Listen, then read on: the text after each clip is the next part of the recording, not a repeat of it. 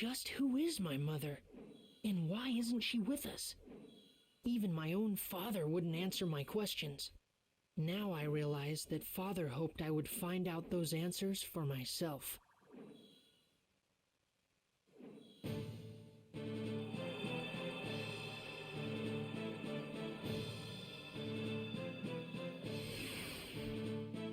Doctor, this is Elena. We're fighting Griffin's main army over here. If it carries on like this, Griffin will probably attack the Luna Lab too. Be careful. Mother? Is that Max? Yes. You mean this boy is Elena's... That's right. Max is Elena's son. Max, I'm sorry. I'll bet your father never told you what happened to me. That's right. But why? Max, we live in different worlds. What? It's all right, Max. I'll explain everything. I'll tell you why I couldn't go on living with you. But to explain that, I need to explain what's going on in this world now. What do you mean by that? I'm from the future, just like Monica. Our time has changed greatly because of the devastation caused by Emperor Griffin. We couldn't let Griffin get away with it. So the people of our time formed a rebel force to fight against him. But Griffin began to use the power of the stone. Stone? One of the fabled Atlamillia stones that possess great powers. Powers that can move the earth and control time. Griffin harnessed that power to rewrite history bit by bit. He turned on people and erased their very existence from history. Atlamillia are strange jewels with a will of their own. They choose their owners themselves. Legend has it that Atlamillia will only choose for their owners people of good heart. We don't know how Griffin has managed to get his hands on one of the Atlamillia. But the fact is, he can use the power of that stone. And for us to be able to fight him, we needed one too. 3 Atlamillia exist in the world. The first is the Sunstone, which Griffin possesses. The other 2 are the Moonstone, which emits a blue light, and the Earthstone, which emits a red light. Griffin tried to increase his powers by gaining possession of the remaining 2 Atlamillia. So we searched for the remaining 2 stones.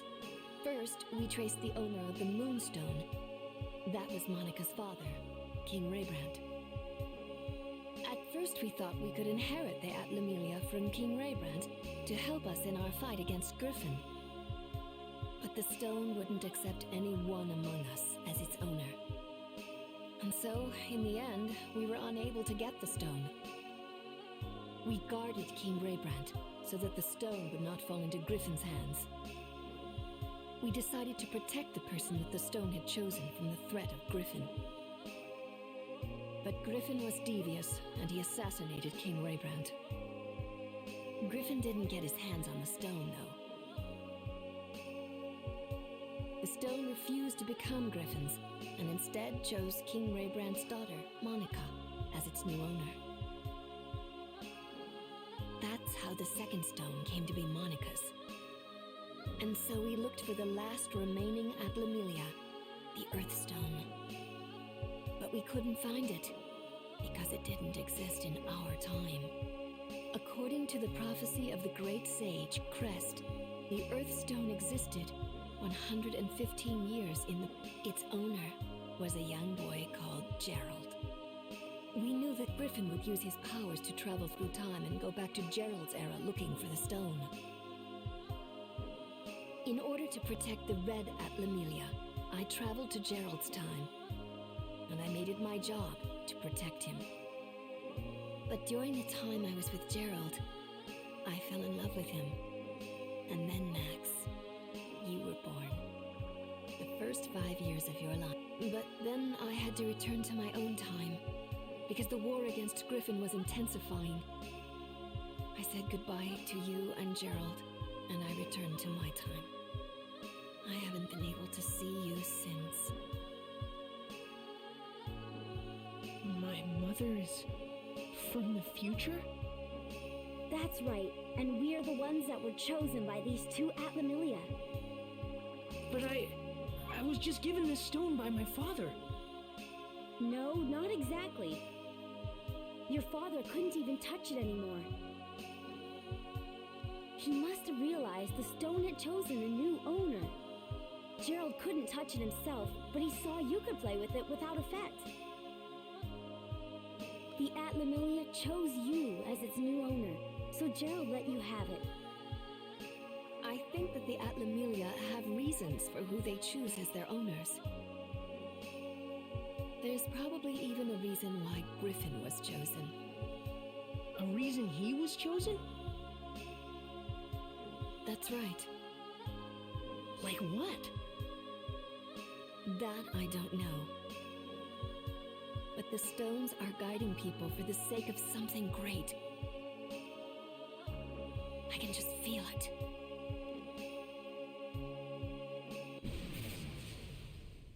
I'm sorry. It looks like we haven't any more time to talk.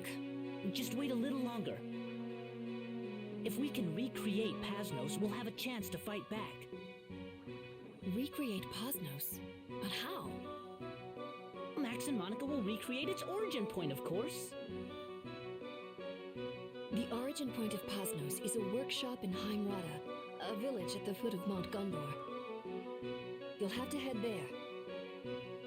But Mount Gundor is a dangerous place. I'm not sure if you... We'll be fine, Elena. Just leave it to us. Don't worry, Mother. I'll save you. Just stay here. Max, take care. Both of you.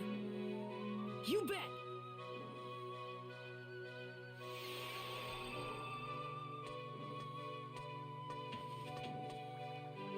Hurry now and set out for your next goal. The volcano Mount Gundor. A huge factory, the Gundorada workshop, will be built there in the future. That's where the rebellion army's ace in the hole, Pasnos, will be built. Pasnos? It was the mobile stronghold of our rebel army. Griffin wiped Pasnos out, but if we could bring it back, I bet we can make a counterattack. Then let's go to Mount Gundor.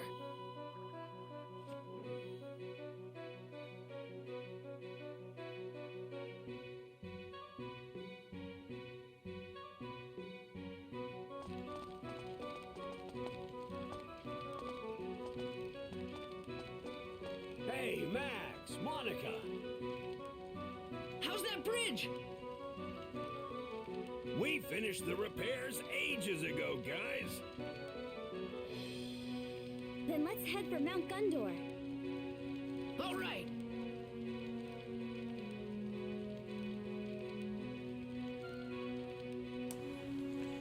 Hello everybody and welcome back to Dark Cloud 2.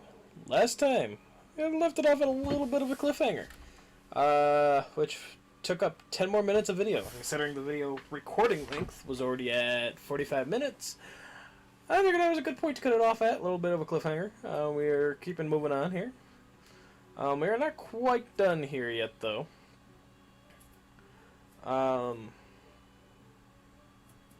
We do still have the photos and inventions to do for Chapter 4. I don't want to do those in this episode, however. But the video's on a little bit on the short side. I ran past the gate. However, we did not get to explore the central lab, Luna Lab, because the cutscene threw us out immediately. So, let's go ahead and go back in and move on. But yes, Max is the child of 2 times. It's a neat concept, really. I have a bit of an issue with it, with how the post-chapter plays out, but, you know.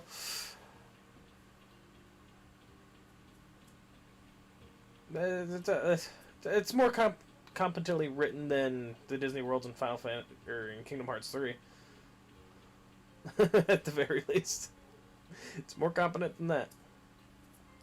I actually don't remember if there are any chests in the main Luna Lab, because it's a very heavy story place. But we're going to look around and check just to make sure. There's also a book here on the ground telling you to use a telescope, crescent-shaped light, and Cedric sharp sign. I think that's one of the things from this chapter, so we will see. We're going to run around the entire outside first, just to make sure that there's none up here. It doesn't look like it, but we do have to check the other side yet. But yeah, Max is a child of 2 times. As the lore dump just suggested, Elena never possessed a stone herself, which means that someone would have had to send her back in time via a gate, and Gerald would have had to send her back forward.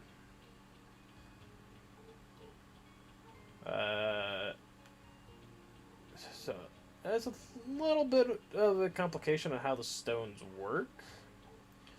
As it's only supposed to be the stone wielders that are supposed to have that power. But the game also breaks the rules a little bit with having whoever's in your party travel with you at the time. Because both stone users can go both ways, only one can be activated at a time, though. So there is that. I also don't think there's any chests in here, which means we are still a Fruit of Eden short. We did get the Witch Parfait, though.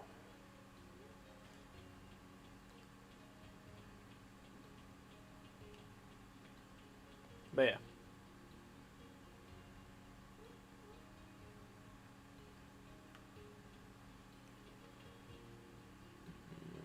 Which way is entrance? Oh.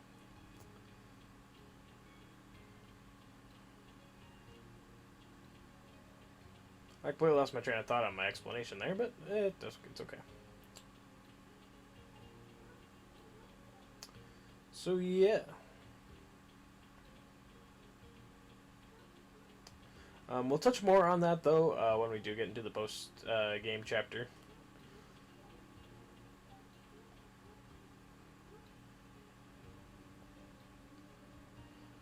So, like, because technically following the rules of the Amelia, Claire shouldn't be with us right here. I wanted to touch on that when we first started bringing parties into the future, but it doesn't really touch on it. And the game itself doesn't really explain that. It's more of outside lore from interviews and other things. But we do also have 2 people that we need to move into these houses. So who do we want to live here? We are, of course, going to put Fabio here, since he likes to fish. If only there were a river nearby. So he will only live in Hemrata. Or not Hemrata. Completely wrong area.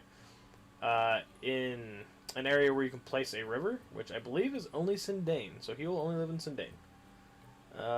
Let's see, who else we got? I never use Corrine. This house isn't cute. My house has to be brick with a pink roof and a mailbox. Okay. How about Granny Rosa? Granny Rosa moves in just fine. But as you can see, there are a lot of stipulations to the non-required NPCs who want to live in certain places. Go ahead and move Dr. Dell into this house. Dr. Dell, being a required NPC for the story, doesn't have any special needs to go for his house. Also, why is that moving so slow? This is going to be a bit of a shorter episode, but I am running out of things to talk about. So I guess we can go over fish a little bit. We'll do that. The reason I've been feeding this fish is for the Finny Frenzy, which was revealed last episode. The main things you want to focus on are boost and stamina. Endurance will also help for the beginning and whenever he's passing other fish. Strength determines how hard he hits other fish, and I forget what tenacity does. I'll go more in depth in this in the Finny Frenzy episode itself. When I actually have the stuff looked up. This is just going off of memory. But boost and stamina are the main two that you want to focus on for building up for the Finny Frenzy when it comes around.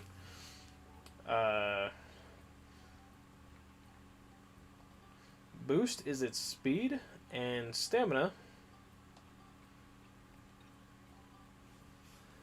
is how long they'll go before they start feeling tired and slowing way down. So if you have a lot of stamina and a lot of speed, then it works out pretty well. These stats do go all the way up to 99. You can feed them after that, but then it gets sort of glitchy after that, as you can win any of the fishing frenzies long before you get those stats. So yeah. The best thing to feed for boost is what I've been feeding them, which is the minions. Then the potato cake raises stamina, but it lowers the weight. I'm not sure how much that affects the race itself. Like I said, I plan on doing a lot more research for this before the Finny Frenzy actually starts. That's why I've been feeding him those two things. And we'll start catching more fish to put into the tank, so we start doing different things, talking about the breeding and stuff like that in a future episode. But that's going to be it for this episode, guys. I know from my part it was a little bit of a shorter episode, but there was a 10-minute lore dump in the beginning of this episode. In the next episode, though, we are going to do the pictures and inventions for Chapter 4, as well as all the scoops and stuff like that. So yeah, we shall see you guys in the next episode. If you liked, if you enjoyed, please leave a like. If you really enjoyed, feel free to subscribe, and I shall see you guys in the next episode. Take care.